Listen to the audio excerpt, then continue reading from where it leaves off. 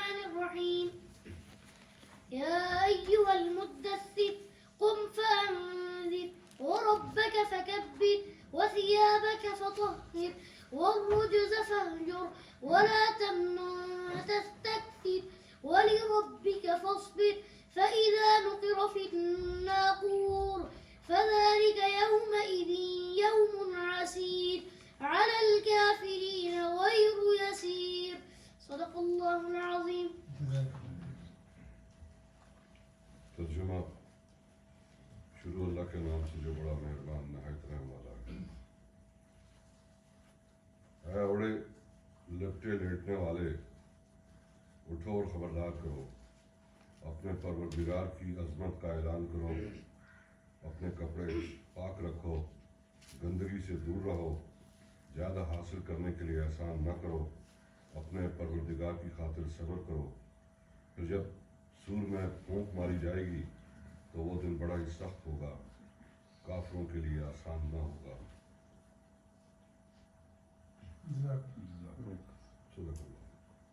اعوذ باللہ من الشیطان الرجیم. بسم اللہ الرحمن الرحیم. سورۃ المدثر کی ابتدائی 7 آیات ہمارا موضوع ہے. یہ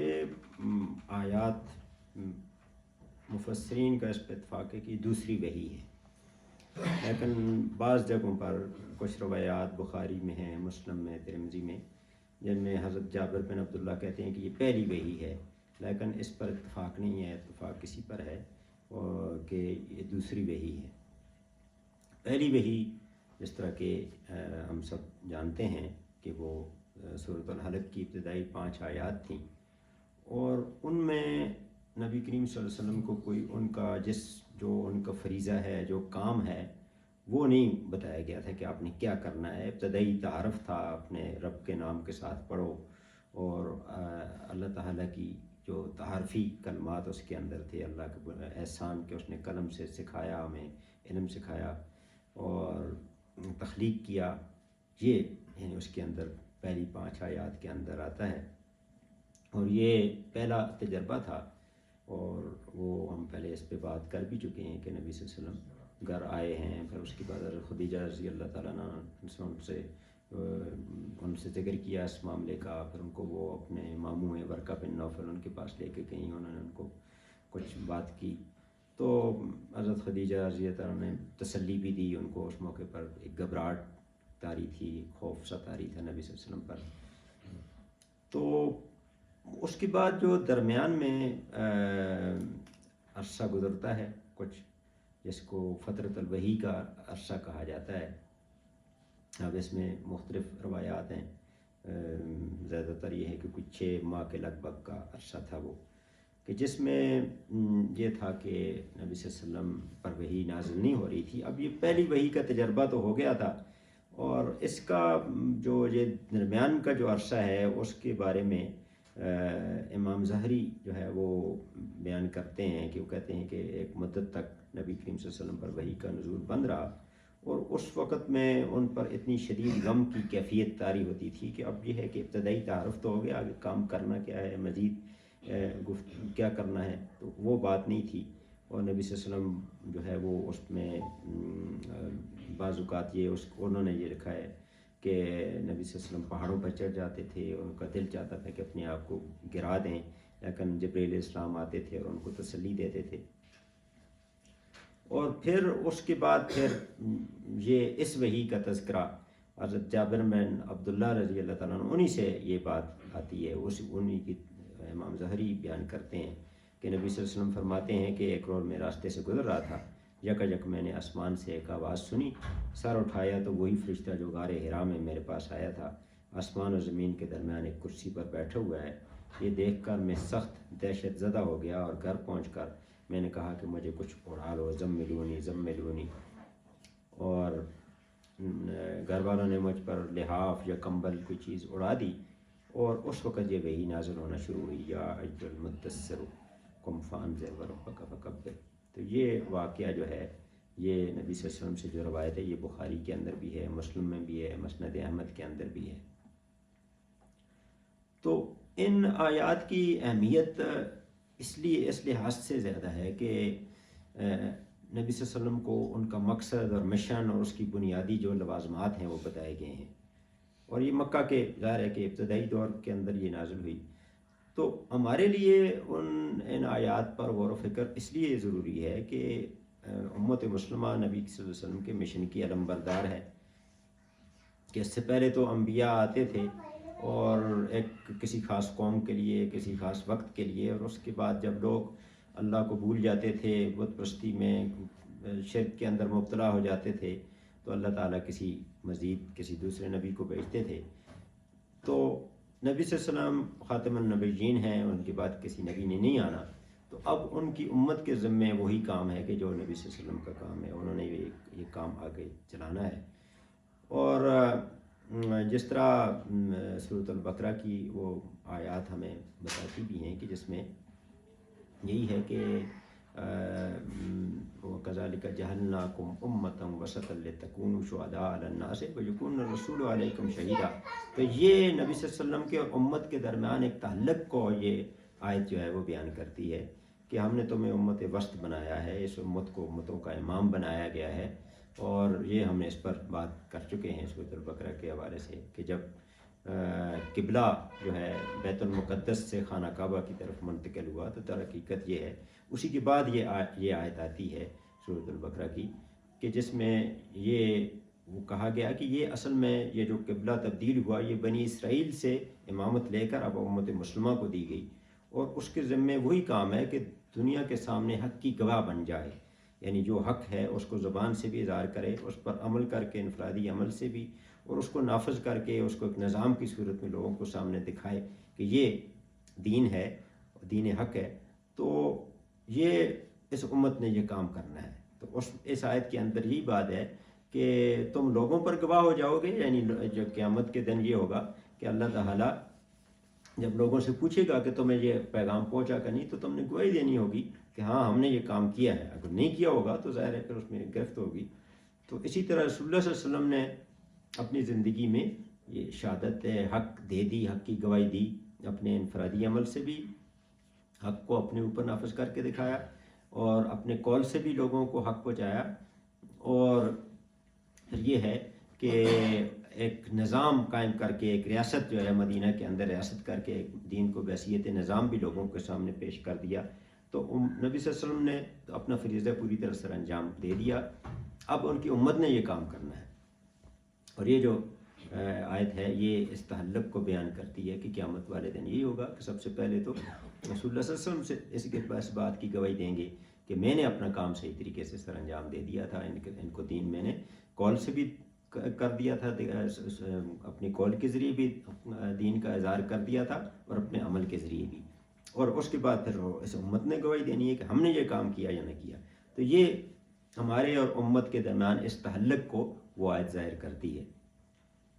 تو اس لیے پھر اگر ہمارے نبی صلی اللہ علیہ وسلم کے ساتھ یہ تعلق ہے کہ ہم ان کے مشن کے علم بردار ہیں اور اس کو قیامت تک لے کے اس امت نے لے کے چلنا ہے، تو پھر ہمیں یہ پتہ ہونا چاہیے کہ نبی کریم صلی اللہ علیہ وسلم کو ان کے مشن کے حوالے سے، ان کی ذمہ داریوں کے حوالے سے پہلی جو ہدایات دی گئیں وہ کیا ہیں. تو جس طرح نبی صلی اللہ علیہ وسلم کو یہ حکم دیا گیا تو اس کے بعد اب ہمارے لیے ہے کہ ہم نے یہ کام اس کو آگے لے کر چلنا ہے. تو اب یہ آیات جو ہیں وہ شروع جس طرح ابھی بات ہوئی ہے کہ نبی صلی اللہ علیہ وسلم جب یہ اس کا خود انہوں نے واقعہ بیان کیا کہ میں گزر رہا تھا راستے سے کہ مجھے ایک آواز آسمان سے آواز آئی، اور میں نے سر اٹھا کر دیکھا تو وہی فرشتہ یعنی جبرائیل علیہ السلام آسمان اور زمین کے درمیان بیٹھے تھے.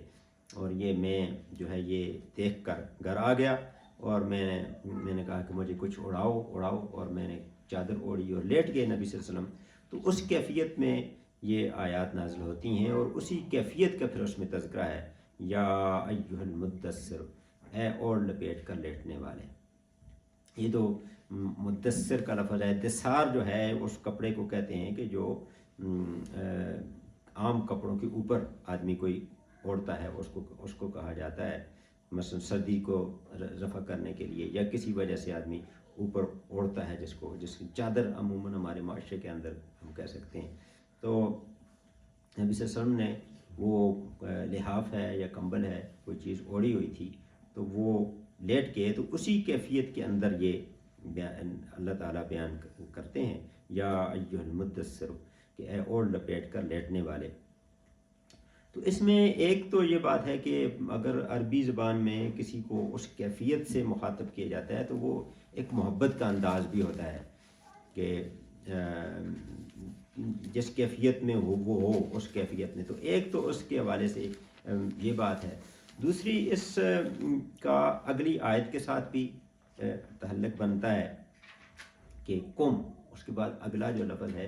قم، کہ اٹھ کھڑے ہو جائیں، تو اس کے ساتھ بھی ایک تعلق بنتا ہے۔ یہ سید مودودی لکھتے ہیں کہ اس لطیف طرز خطاب سے خود بخود یہ مفہوم نکلتا ہے کہ اے میرے پیارے بندے، تم اوڑھ لپیٹ کر لیٹ کہاں گئے؟ تم پر تو ایک کار عظیم کا بار ڈالا گیا ہے جسے انجام دینے کے لیے تمہیں پورے عزم کے ساتھ اٹھ کھڑا ہونا چاہیے۔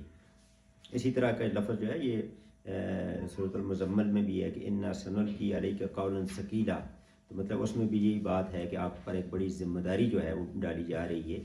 تو یہ جو قم کا لفظ ہے تو اس کا تعلق اس لیٹنے کے ساتھ بھی ہوتا ہے۔ تو قم کا جو لفظ ہے وہ صرف کھڑے ہونے کے لیے نہیں ہوتا بلکہ حرکت و عمل کے لیے ہوتا ہے۔ مثلا علامہ اقبال کہتے ہیں کہ اٹھ کے اب بزم جہاں کا اور یہ انداز ہے، مشرق و مغرب میں تیرے دور کا آغاز ہے، تو اس میں اٹھنے کا لفظ، تو اس میں مطلب یہ نہیں ہوتا کہ کھڑا ہونا، بلکہ کسی عمل کی بات، اس میں عمل کا پیغام دیا جا رہا ہے، یا ایسے اٹھو اٹھو میری دنیا کے غریبوں کو جگا دو، کاخ و مرا کے در و دیوار ہلا دو، یہ بھی ہے۔ اسی طرح ایک اقبال کی بڑی خوبصورت فارسی نظم ہے جس میں وہ خیز کا لفظ استعمال کرتے ہیں، تو اس جو لفظ عربی میں قم ہے اٹھنے کا، تو اسی لحاظ سے فارسی میں خیز ہے اس کے لیے، تو وہ کہتے ہیں فریاد ز افرنگ و دل آویزی افرنگ، فریاد ز شیرینی و پرویزی افرنگ، ہم عالم ہم ویرانہ ز چنگیزی افرنگ، میں مارے ارم باز با تعمیر جہاں خیز۔ تو وہ کہتے ہیں کہ جو مغرب ہے، مغرب کی اس وقت ان کے دور کے اندر بھی وہی بات کیفیت تھی، اور آج بھی یہی ہے کہ میں مغرب کی بجائے دل آویزی اور کی فریاد کرتا ہوں، اور اس کی شیرینی اور پرویزی، اس کے طرز حکومت کی فریاد کرتا ہوں۔ عالم ہم ویرانہ ز چنگیزی افرنگ، پوری دنیا کو اس مغرب کی افرنگ کی جو چنگیزی ہے، اس کے ظلم و ستم میں اس نے ویران کر دیا۔ تو اب معمار حرم، یعنی مسلمانوں سے وہ مخاطب ہوتے ہیں کہ جنہوں نے حرم تعمیر کیا، حرم تو امن کی علامت ہے، تو تم لوگ اٹھو اور بعض با تعمیر جہاں خیز، اب اٹھو اور دنیا کی تعمیر کرو اللہ کی بندگی کے مطابق، اللہ کے دین کے مطابق، تاکہ لوگوں کو امن و سکون مل سکے، لوگوں کو خوشحالی مل سکے۔ از خواب گراں خواب گراں خواب گراں خیز، کہ اب خواب گراں سے اٹھ بیٹھو۔ تو یہ ایک انہوں نے ترانہ جو ہے بہت سارے کئی مسلم ممالک کے اندر اسلامی تحریکوں نے اس کو ترانے کے طور پر اپنا لیا۔ تو اس کا مطلب یہی ہے کہ آپ اٹھیں، اور اس کے بعد پھر اب نبی صلی اللہ علیہ وسلم کو بتایا جا رہا ہے کہ اٹھنے کے بعد پہلا کام کرنا کیا ہے۔ تو فَأَنذِرْ، اب دوسری آیت ہے اس کے اندر قم اور فَأَنذِرْ کی بات ہے کہ خبردار کرو۔ سید مودودی نے اس کا ترجمہ کیا ہے خبردار کرو۔ انذار جو ہے وہ عربی کے اندر ایک ایسے ڈرانے کے لیے استعمال ہوتا ہے کہ جس میں شفقت اور محبت پر مبنی ہو۔ یہ محفل قرآن میں یہ لکھا ہے مفتی شفیع صاحب نے کہ ایسا ڈرانا جو شفقت و محبت پر مبنی ہو، جس طرح باپ اپنے بچے کو سانپ یا بچھو یا آگ سے کسی نقصان دہ چیز سے ڈراتا ہے۔ تو اس میں کہا یہ گیا کہ ان کو ڈراؤ کہ جس راستے پر وہ چل رہے ہیں وہ راستہ تباہی کا راستہ ہے۔ دنیا کے اندر بھی اللہ کے دین سے ہٹ کر اگر کوئی قوم چلتی ہے تو اس کو کبھی فلاح دنیا کے اندر بھی سکون و اطمینان نہیں مل سکتا۔ جس طرح سورۃ الطٰہٰ کے اندر ہے کہ جو میرے ذکر سے منہ موڑے گا تو ہم اس کی معیشت کو تنگ کر دیں گے، اور قیامت والے دن اس کو اندھا کر کے اندھی حالت میں اٹھائیں گے، اور وہ یہ کہے گا کہ پروردگار میں تو دنیا میں آنکھوں والا تھا، تو یہاں کیوں میں اندھا اٹھا؟ تو اللہ تعالیٰ فرمائے گا کہ اسی طرح تم وہاں بھی تمہارا دنیا کے اندر اللہ کی آیات کے ساتھ تمہارا یہ اسی طرح کا طرز عمل تھا کہ ان کی طرف سے تم اندھے بنے ہوئے تھے۔ تو اسی لیے جو بھی نظام دنیا کے اندر بھی اس کا امن و سکون کسی صورت میں نہیں مل سکتا، اور آخرت کے اندر بھی ظاہر ہے کہ وہ کسی سکون کا، کسی فلاح کا وہ ضامن نہیں ہو سکتا یہ طرز عمل۔ تو یہ یعنی دعوت کو بیان کرنے سے پہلے ان کو وہ جو اس وقت ان کا جو موجودہ طرز عمل ہے اس سے ڈرانا ہے کہ یہ طرز عمل درست نہیں۔ یہ ایسے ہی ہے کہ جیسے کسی فرد کو آپ سیدھے راستے پر، یعنی وہ جا رہا ہو اور آپ کو نظر آ رہا ہو کہ آگے جس راستے پر وہ جا رہا ہے اس راستے میں تباہی ہے، آگے کچھ نقصان دہ چیز ہے یا آگے کوئی کھائی ہے، تو اس کو پہلے تو آپ اس سے ہٹاتے ہیں کہ یہ جدھر جا رہے ہو یہ ٹھیک نہیں ہے، اس کو خبردار کرتے ہیں، اور پھر اس کو بتاتے ہیں کہ یہ راستہ جو ہے وہ جس طرف تم جانا چاہ رہے ہو اس طرف یہ راستہ جا رہا ہے، یہ راستہ جو ہے وہ درست راستہ ہے۔ تو اس لیے دعوت کے بیان کرنے سے پہلے سارے انبیاء کو یہی کہا گیا کہ وہ خبردار کریں۔ جتنے بہت ساری آیات جو ہیں وہ اس کے اندر ہمیں نظر آتی ہیں، جس میں مختلف انبیاء کو بھی کہا گیا، اور اس میں انذار کا لفظ یہ استعمال ہوا۔ ہم یہ سورۃ الحج میں ہے قل یا ایھا الناس انما انا لکم نذیر مبین، تو اے لوگوں کہ میں تمہاری طرف نذیر، واضح نذیر بنا کر بھیجا گیا ہوں۔ اور بھی ہے وما ارسلناک الا مبشرا ونذیرا، سورۃ الفرقان کے اندر یہ ہے۔ تو وَإِنَّمَا أَنَا نَذِيرٌ مُبِينٌ، سورۃ العنکبوت کے اندر بھی یہی ہے۔ تو اسی طرح جو قریبی عزیزوں کو بھی وَأَنذِرْ عَشِيرَتَكَ الْأَقْرَبِينَ، یہ نبی صلی اللہ علیہ وسلم کو حکم دیا گیا۔ تو یہ قرآن کے اندر بہت ساری آیات کے اندر یہ ہے کہ صرف نبی صلی اللہ علیہ وسلم کے حوالے سے بھی اور دوسرے انبیاء کے حوالے سے بھی یہ کہا گیا کہ سورۃ النوح کے اندر بھی ہے انذر قومک، اپنی قوم کو ڈراؤ۔ تو یعنی یہ انبیاء کا بنیادی فریضہ ہے کہ وہ پہلے لوگوں کو خبردار کرتے ہیں کہ جس راستے پر جا رہے ہیں اس کی خامیاں، اس کے جو نتائج ہیں اس سے لوگوں کو آگاہ کرتے ہیں۔ تو اس کے بعد پھر وہ اللہ کی وحدانیت کی بات کرتے ہیں۔ اور خود نبی صلی اللہ علیہ وسلم کو جب یہ حکم دیا گیا کہ آپ عام لوگوں تک دعوت پہنچائیں، تو نبی صلی اللہ علیہ وسلم کو صفا پر چڑھے، اور اس موقع پر انہوں نے وہی کلمہ کہا کہ جو اس وقت عام طور پر لوگ کسی خطرے کے وقت کہا کرتے تھے، یا صباحا۔ تو اونچی کوئی صفا پر چڑھ کے تو لوگ جب آ گئے تو نبی صلی اللہ علیہ وسلم نے ایک ایک قبیلے کا نام لیا، اے بنی فہر، اے بنی عدی، اور سب کو کہا کہ میں تمہیں نہیں بچا سکتا، تو تمہیں میں ایک عذاب سے خبردار کرتا ہوں۔ اس سے پہلے نبی صلی اللہ علیہ وسلم نے ان سے پوچھا کہ اگر میں تمہیں کہوں کہ پہاڑ کے پچھلی طرف ایک لشکر تم پر حملہ آور ہے تو تم کیا یقین کرو گے؟ تو لوگوں نے کہا کہ ہاں، ہم نے آپ کو ہمیشہ سچا اور صادق پایا ہے۔ اور جب انہوں نے یہ اعتراف کیا تو پھر فرمایا کہ اچھا، تو میں تمہیں ایک سخت عذاب سے خبردار کرنے کے لیے بھیجا گیا ہوں، اپنے آپ کو جہنم سے بچا لو۔ تو یہ نبی صلی اللہ علیہ وسلم کو حکم دیا، اور یہ ہمارے ذمے بھی یہی ہے کہ ہمیں جو ہے وہ ایک بڑا کام ہمارے ذمے ہے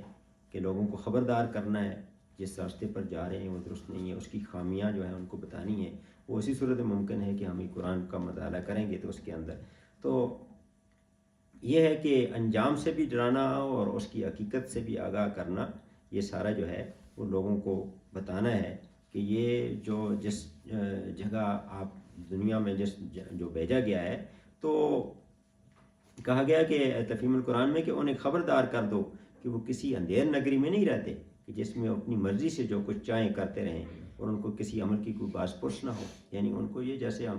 اسٹوڈنٹس کو کہتے ہیں کہ یہ امتحان ہوگا، امتحان ہوگا، اور امتحان کے بعد تم پاس یا فیل ہوگے، اس کا نتیجہ یہ ہوگا، اگر تم پڑھو گے نہیں تو اس کا نتیجہ جو ہے زندگی میں ایسا ہوگا۔ تو یہ اسی طرح خبردار جو ہے وہ کرنے کی بات ہے، جس طرح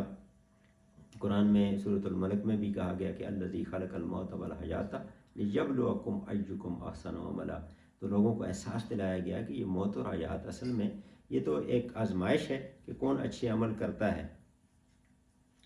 تو یہ جو ہے ہم نے نبی صلی اللہ علیہ وسلم کو حکم دیا گیا کہ یہ کام کرنا ہے، اور ہمارے ذمے بھی یہی کام ہے کہ لوگوں کو خبردار کرنا، باطل کے راستے پر جو چل رہے ہیں اس کے انجام سے خبردار کرنا۔ اور اس کے بعد پھر اب وہ جملہ آ جاتا ہے جو ہماری دعوت کا، جو نبی صلی اللہ علیہ وسلم کی دعوت کا اور اس وقت امت مسلمہ کی دعوت کا بھی بنیادی نقطہ ہونا چاہیے۔ وَرَبَّكَ فَكَبِّرْ، اپنے رب کی بڑائی کا اعلان کر دو، اپنے رب کی کبریائی کا اعلان کر دو. یعنی نبی کریم صلی اللہ علیہ وسلم جس وقت یہ بات ان کو حکم دیا گیا تو وہ شرک کے گڑھ میں تھے اس وقت. یعنی خانہ کعبہ جو تھا پوری دنیا کے اندر وہ شرک کا مرکز بنا ہوا تھا. خانہ کعبہ کے اندر بت رکھے ہوئے تھے اور جو ہے وہ پوری قوم جو ہے وہ اللہ کو چھوڑ کے کچھ اور بتوں کی پرستش کر رہی تھی. اور وہاں جا کے نبی صلی اللہ علیہ وسلم کو حکم دیا گیا کہ یہ جہاں پر دوسرے جو ہیں وہ بتوں کی کبریائی کی بات ہو رہی ہے تو وہاں اپنے رب کی کبریائی کی بات کرو. اب رب کا جو جہاں ذکر کیا گیا تو معرف القرآن میں لکھتے ہیں مفتی شفیع صاحب کہ یہ رب کا لفظ جو ہے یہ اصل میں یہ علت ہے اس حکم کی کہ جو پالنے والا ہے وہی کبریائی اور بڑائی کا مستحق ہے. رب کا ذکر اس لیے، یعنی اللہ کے نام تو بہت سارے اور بھی ہیں تو لیکن یہاں رب کا ذکر اس لیے کیا گیا کہ جو پرورش کرنے والا، جو پالنے والا ہے. اس میں یہ ہے کہ رب کا مفہوم بڑا وسیع ہے. اگر ہم دیکھیں تو قرآن کی 4 بنیادی اصطلاحیں جو سید مودودی نے لکھی تو اس میں ایک رب بھی ہے. اس میں وہ اس پر بڑی تفصیل سے بحث کرتے ہیں کہ رب کا جو ہے وہ عربی کے اندر جو ہے وہ جو استعمال ہے وہ پرورش کرنے والا، تربیت اور نشو و نما دینے والا، اس میں بھی آتا ہے کفیل، خبرگیراں، دیکھ بھال، اصلاح، حال کا ذمہ دار، وہ جو مرکزی حیثیت رکھتا ہو، اور سید، مطاع، سردار ذی اقتدار، جس کا حکم چلے، جس کی فوقیت اور بالادستی تسلیم کی جائے، جسے تصرف کے اختیارات ہوں. نمبر 5 مالک اور آقا. تو ان 5 معنوں کے اندر عربی میں استعمال ہوتا ہے. اور اس کے بعد وہ قرآن کی بہت ساری آیات کا حوالہ یعنی ثبوت دیتے ہیں کہ اس آیت کے اندر رب اس معنوں میں استعمال ہوا ہے تو وہ ہمیں ضرور اس کا مطالعہ کرنا چاہیے. لیکن یہاں بہرحال یہی ہے کہ رب کا ذکر کر کے فرمایا گیا وَرَبَّكَ فَكَبِّرْ، اپنے رب کی کبریائی کا اعلان کیا جائے. تو اس میں لکھتے ہیں سید مودودی کہ ایک نبی کا اولین کام ہے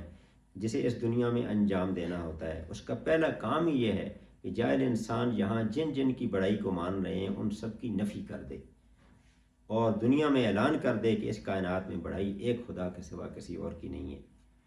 یہی وجہ ہے کہ اسلام میں کلمہ اللہ اکبر کو سب سے زیادہ اہمیت دی گئی ہے. اذان کی ابتدا اللہ اکبر سے ہوتی ہے. نماز میں مسلمان تکبیر کے الفاظ کہہ کر داخل ہوتا ہے اور بار بار اللہ اکبر کہہ کر اٹھتا اور بیٹھتا ہے.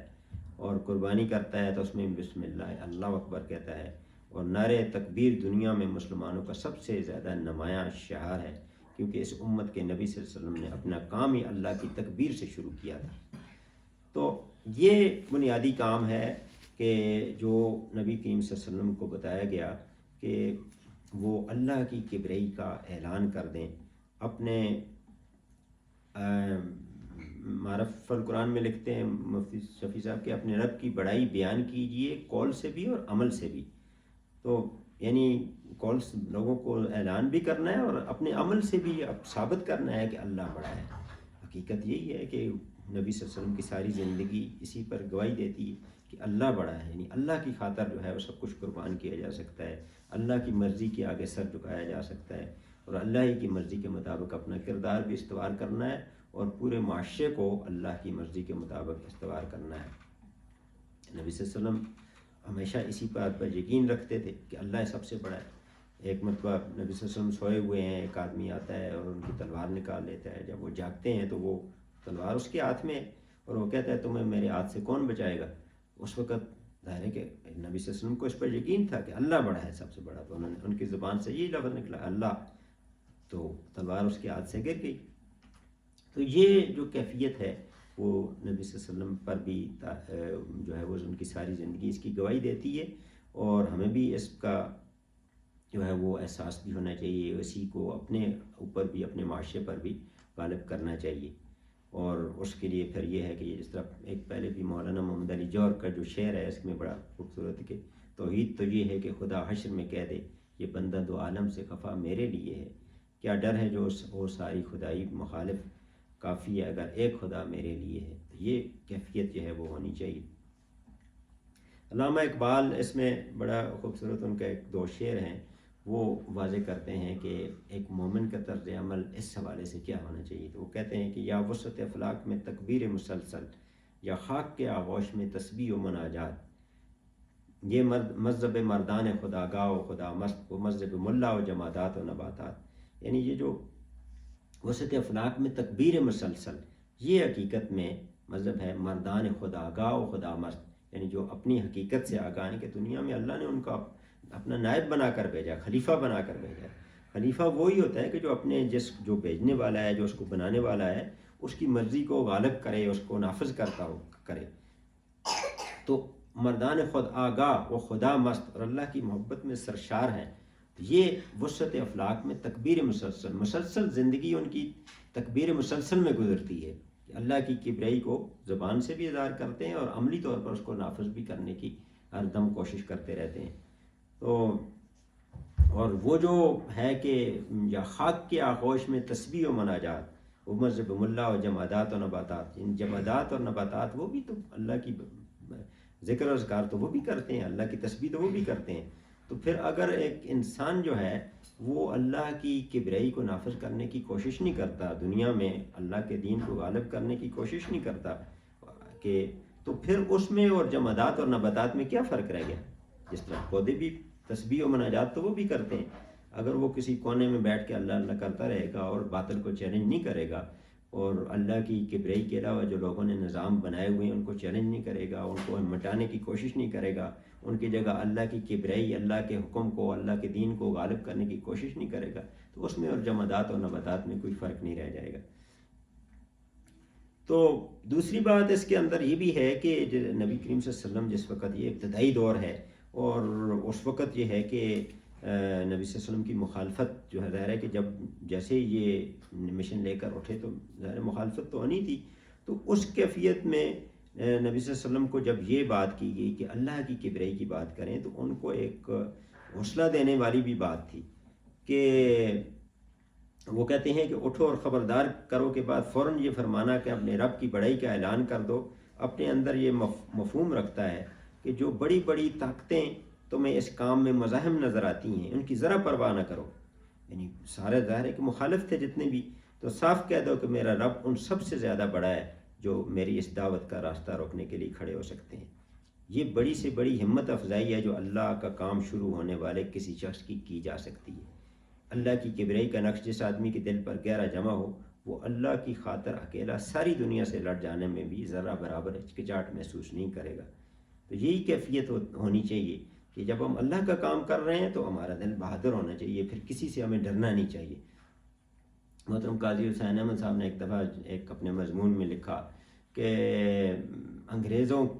جب یہاں پر آئے تو حاجی صاحب ترنگزئی ایک بڑے بزرگ تھے، وہ جہاد کے لیے اٹھ کھڑے ہوئے اپنے کچھ لوگوں کو لے کر، تو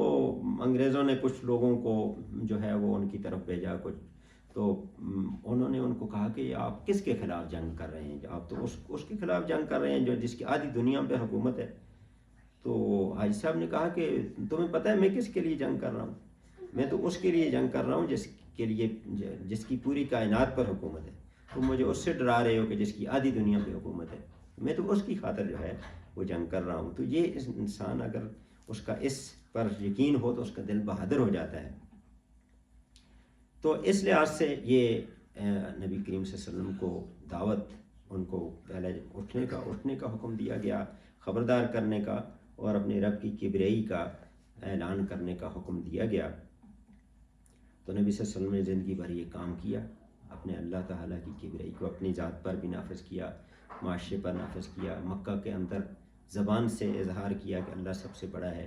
اور جتنے لوگ آئے پھر اس کے بعد ہجرت کی اور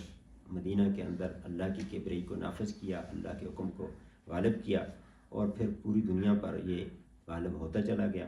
ایک مستشرق کے الفاظ ہیں کہ وہ مکہ کا ایک یتیم بچہ جس کو اپنے خاندان میں بھی سخت مخالفت تھی، اور 100 سال کے عرصے میں پوری دنیا پر اسی کا نام گونجنے لگ گیا، اور یہ جو اذان گونجتی ہے اس میں اللہ اکبر کے الفاظ اس کی اسی بات کی علامت ہے۔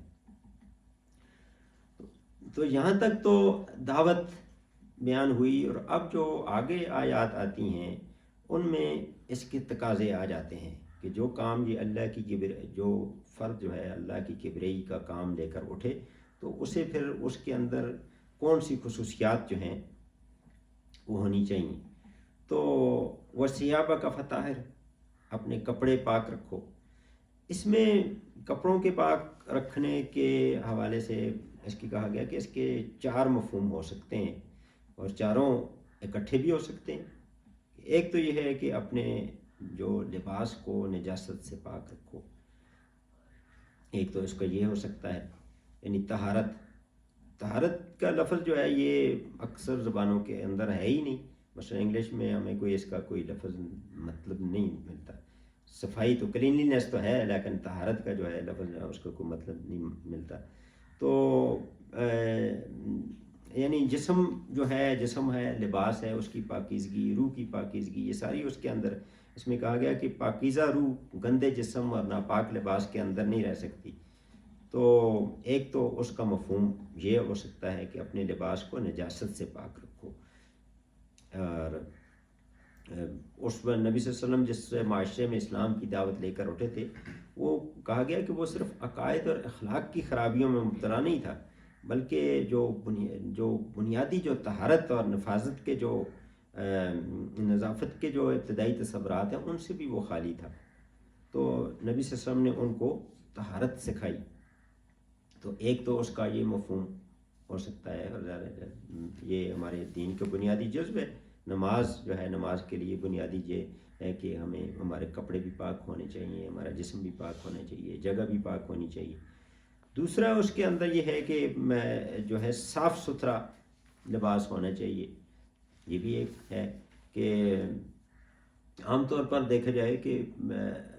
مختلف مذاہب کے اندر اور کسی حد تک ہمارے اسلام میں بھی یہ بات آ گئی کہ جو آدمی جتنا زیادہ میلا کچیلا ہو کہتے ہیں کہ یہ بڑا وہ نیک آدمی ہے. عیسائیت کے اندر تو کافی عرصے تک یہ رہا شاید اب کچھ فرق آ گیا ہو لیکن یہ تھا کہ ان میں ایک جگہ پر تفہیم القرآن میں ہی ہے وہ مثالیں بیان کی گئیں کہ مطلب کئی اس میں تھے ان کے جو راہب تھے تو وہ عرصہ تک نہاتے نہیں تھے اس وجہ سے کہ یہ دنیا کا کام ہے. تو اسی طرح مسلمانوں کے اندر بھی کئی آ گیا ہے کئی ایسے بزرگ بنے ہوئے ہیں جو کہ صفائی کا خیال نہیں کرتے یا اس طرح اور جو بنیادی جو ہے وہ صفائی کے جو تصورات سے وہ ناواقف ہیں. تو نبی صلی اللہ علیہ وسلم نے جو معیار بتایا اس میں یہ ہے کہ لباس کو صاف ستھرا رکھنے کی ترغیب دی گئی. خود نبی صلی اللہ علیہ وسلم نے سفید لباس کو پسند فرمایا. اب سفید لباس جو پہننے کا عادی ہو تو خود بخود وہ جو ہے وہ صفائی کا عادی ہو جائے گا. تو ایک تو اس کے اندر یہ بھی ہے کہ کہا گیا کہ اللہ کے راستے کی طرف دعوت دینے کے لیے یہ بات ضروری قرار دی گئی کہ اس کی ظاہری حالت بھی ایسی پاکیزہ اور نفیس ہونی چاہیے کہ لوگ اسے عزت کی نگاہ سے دیکھیں اور اس کی شخصیت میں اور کوئی ایسی کثافت نہ پائی جائے جو تباہ کو اس سے متنفر کرنے والی ہو. تو اسلام دیکھیں جتنے بھی ہے مثلا یہ کہا گیا کہ مسجد میں جب جائیں تو زینت کر کے جائیں اپنے لباس کو اچھا کر کے زینت کی کیفیت میں جائیں صاف ستھرا لباس. پھر کہا گیا کہ اگر کوئی پیاز کھا لے تو مسجد کی تاکہ اس کی منہ کی بو سے دوسروں کو تکلیف نہ ہو. خوشبو کو پسند نبی صلی اللہ علیہ وسلم نے خود بھی فرمایا اور ترغیب بھی دی. تو اسلام یہی کہتا ہے کہ جو اتنا نیک فرد ہے وہ لوگوں کے اندر رہنا چاہیے اسے یہ نہیں ہے کہ وہ لوگوں سے الگ تھلگ ہو. جبکہ دوسرے مذاہب کے اندر بھی اور خود اسلام میں بھی کہ مسلمانوں کے اندر بھی یہ آ گیا کہ جو زیادہ نیک آدمی ہوگا تو وہ شاید لوگوں سے کوئی زیادہ ملے جلے گا نہیں.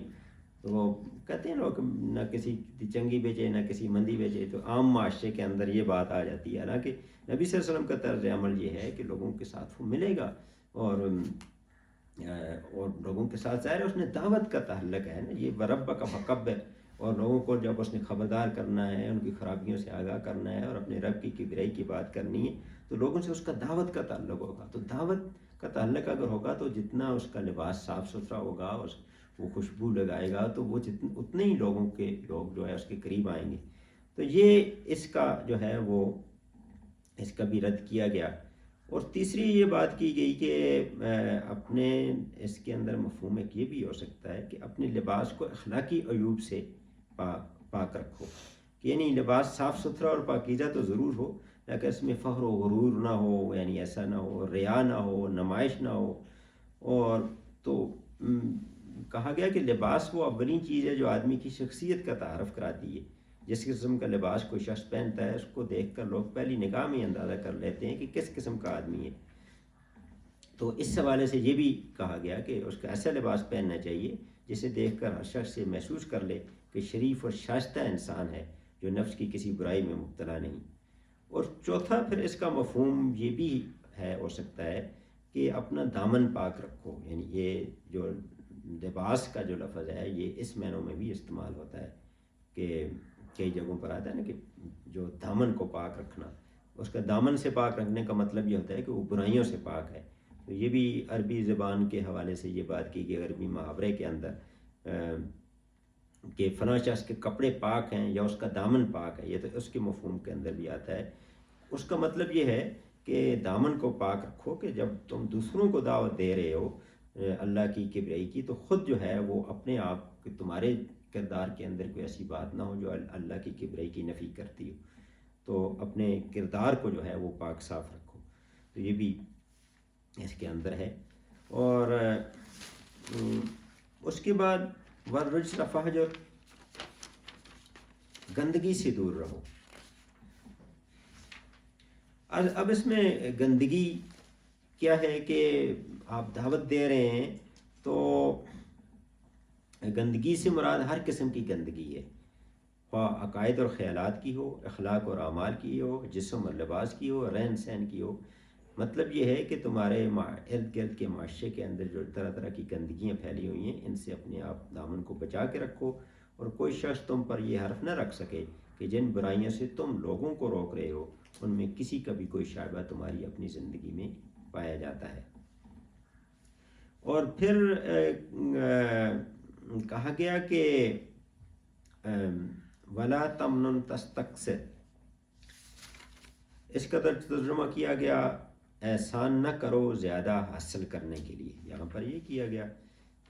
معرف القرآن میں کہا گیا کہ اور ایسا نہ کر کہ احسان کرے اور بدلہ بہت چاہے، یہ کیا گیا۔ تفسیر عثمانی میں ہے کہ اور ایسا نہ کر کہ احسان کرے اور بدلہ بہت چاہے، وہ بھی یہ تقریباً معرف القرآن والا ہی ہے۔ ایک اور تفسیر میں درس قرآن ہے، کسی کو اس غرض سے مت دو کہ دوسرے وقت زیادہ معاوضہ چاہو۔ تو لیکن یہ ہے کہ تفہیم القرآن میں جو کہا گیا کہ اس میں کہ تمہارا احسان بے غرض ہونا چاہیے، یعنی کسی پر آپ احسان کریں تو یہ نہیں ہونی چاہیے کہ اس کے بدلے میں بھی آپ پر بھی کوئی احسان کرے گا، بلکہ یہ ہے کہ اللہ کی رضا کے لیے احسان کرنا چاہیے۔ ایک تو اس کا مفہوم یہ ہے۔ دوسرا یہ ہے کہ آپ جو دوسروں کو دین کی دعوت دے رہے ہیں، ظاہر ہے کہ یہ تو بہت بڑا احسان تو ہے کہ آپ کسی کو جہنم سے بچا رہے ہیں، کسی کو جنت کے راستے پر لگا رہے ہیں، تو یہ جو احسان ہے اس کی وجہ سے آپ یہ امید نہ رکھیں کہ اس میں اپنی ذات کے لیے کوئی دنیا کو کوئی فائدہ آپ کو ملے گا۔ یعنی داعی کو جو کچھ بھی مانگنا چاہیے اللہ سے مانگنا چاہیے۔ اور تیسرا اس کا مفہوم یہ بھی ہو سکتا ہے کہ اپنی نگاہ میں اپنے عمل کو بڑا نہ سمجھو، یعنی تمہارے دل کے اندر یہ خیال کبھی نہ آئے کہ تم نے اپنے رب پر کوئی احسان کر رہے ہو، یہ جو یار اتنی بڑی قربانیاں دے رہے ہو، تو یہ بھی نہ ہو۔ اس میں یعنی نبی صلی اللہ علیہ وسلم کا اپنا طرز عمل بھی یہی تھا، اور قرآن میں بہت ساری جگہوں پر یہی نبی صلی اللہ علیہ وسلم کے اخلاص کی بات کی گئی کہ یہ جو تمہیں دعوت دے رہا ہے تو اس میں وہ تم سے تو کچھ نہیں مانگ رہا۔ اور نبی صلی اللہ علیہ وسلم نے ظاہر ہے کہ جب حکومت بھی ملی تو اس وقت بھی نبی صلی اللہ علیہ وسلم نے اس کے یہ جو مشہور نعت ہے کہ سلام اس پر کہ جس نے بادشاہی میں فقیری کی، تو نبی صلی اللہ علیہ وسلم جس وقت بادشاہ بھی تھے اور بہت زیادہ آمدن آ بھی رہی تھی، اس وقت بھی نبی صلی اللہ علیہ وسلم کا اپنا طرز عمل جو ہے وہ بالکل ایک عام آدمی کی طرح تھا، یعنی کوئی زیادہ دنیا کے حوالے سے وہ حاصل نہیں کر رہے تھے۔ تو یہ نبی صلی اللہ علیہ وسلم نے اس کا جو ہے وہ طرز عمل اپنے زندگی میں ثابت کیا کہ اس سے کسی دنیا کے حوالے سے کوئی غرض اس اپنے کام کی انہوں نے نہیں رکھی۔ البتہ یہ ان مفہوم کے علاوہ تھوڑا سا ایک مختلف مفہوم تدبر القرآن میں پایا جاتا ہے۔ امین حسن اصلاحی وہ اس کا ترجمہ کرتے ہیں اپنی صحیح کو زیادہ خیال کر کے منقطع نہ کر۔ وہ کہتے ہیں کہ اس کا مطلب یہ ہے کہ داعی جو ہے وہ یہ نہ سمجھے کہ اب میں نے کافی کام کر لیا ہے، اب کافی لوگ آ گئے ہیں دین کی طرف، تو اپنے اس کام کو منقطع کر دے۔ تو اس کہا کہا گیا. لیکن یہ زیادہ مفسرین نہیں، صرف ایک مفسر کی یہ الفاظ جو ہیں مجھے اس میں ملے ہیں، باقی سب نے اس کے سے یہی لیا ہے کہ اخلاص کی دعوت ہے کہ آپ اس کے اپنی دعوت کے نتیجے میں کوئی چیز زیادہ حاصل نہ کرنے کی لالچ نہ کریں. اور پھر آخری حکم ہے والے رب کا فصبر، صبر، نفس کو روکنا، قابو میں رکھنا. اس معنی میں آتا ہے کہ اللہ کے احکام کی پابندی پر نفس کو قائم رکھنا، کوئی لالچ یا کوئی خوف جو ہے وہ اس راستے سے ہمیں ہٹا نہ سکے. یعنی پوری زندگی جو ہے اس لحاظ سے صبر کا درجہ رکھتی ہے کہ مومن کی جو زندگی ہے پھر مصائب جو پیش آتے ہیں ان پر صبر کرنا، خوف ہے، طمع ہے، لالچ ہے، کسی کی محبت میں آ کر راہ حق سے ہٹ جانا، یہ بھی آ جاتا ہے کہ یہ بھی صبر کی منافی ہے. کسی کی دشمنی میں آ کر، تو یہ ساری چیزیں ظاہر ہے کہ راستے میں عائد ہوتی ہیں. تو فرمایا گیا کہ صبر سے کام لیں. اور کئی جگہوں پر، ایک اور جگہ پر وَاسْتَعِینُوا بِالصَّبْرِ وَالصَّلَاةِ نبی صلی اللہ علیہ وسلم کے لیے حکم دیا گیا. تو صبر جو ہے اس کا حکم فرمایا گیا. پھر وَاصْبِرْ عَلَىٰ مَا يَقُولُونَ، جو لوگ جو طنز کرتے تھے، مذاق کرتے تھے، ان کے حوالے سے سورۃ المزمل میں نبی صلی اللہ علیہ وسلم کو حکم دیا گیا کہ ان لوگوں کی جو گفتگو ہے، جو باتیں ہیں، اس پر جو ہے وہ صبر کریں. تو بہت ساری قرآن میں جگہوں پر یہ ہے کہ نبی صلی اللہ علیہ وسلم کو صبر کے حوالے سے ہدایات دی گئیں. تو یہ وہ 7 آیات ہیں کہ جس میں نبی کریم صلی اللہ علیہ وسلم کو ان کا بنیادی حکم بھی بتایا گیا، ان کا کام بھی بتایا گیا، اور اس کے لوازمات سے بھی آگاہ کیا گیا. اللہ تعالیٰ ہمیں عمل کی توفیق عطا فرمائے. سر یہ مقدمہ میں آپ نے امام ہیں ان کا نام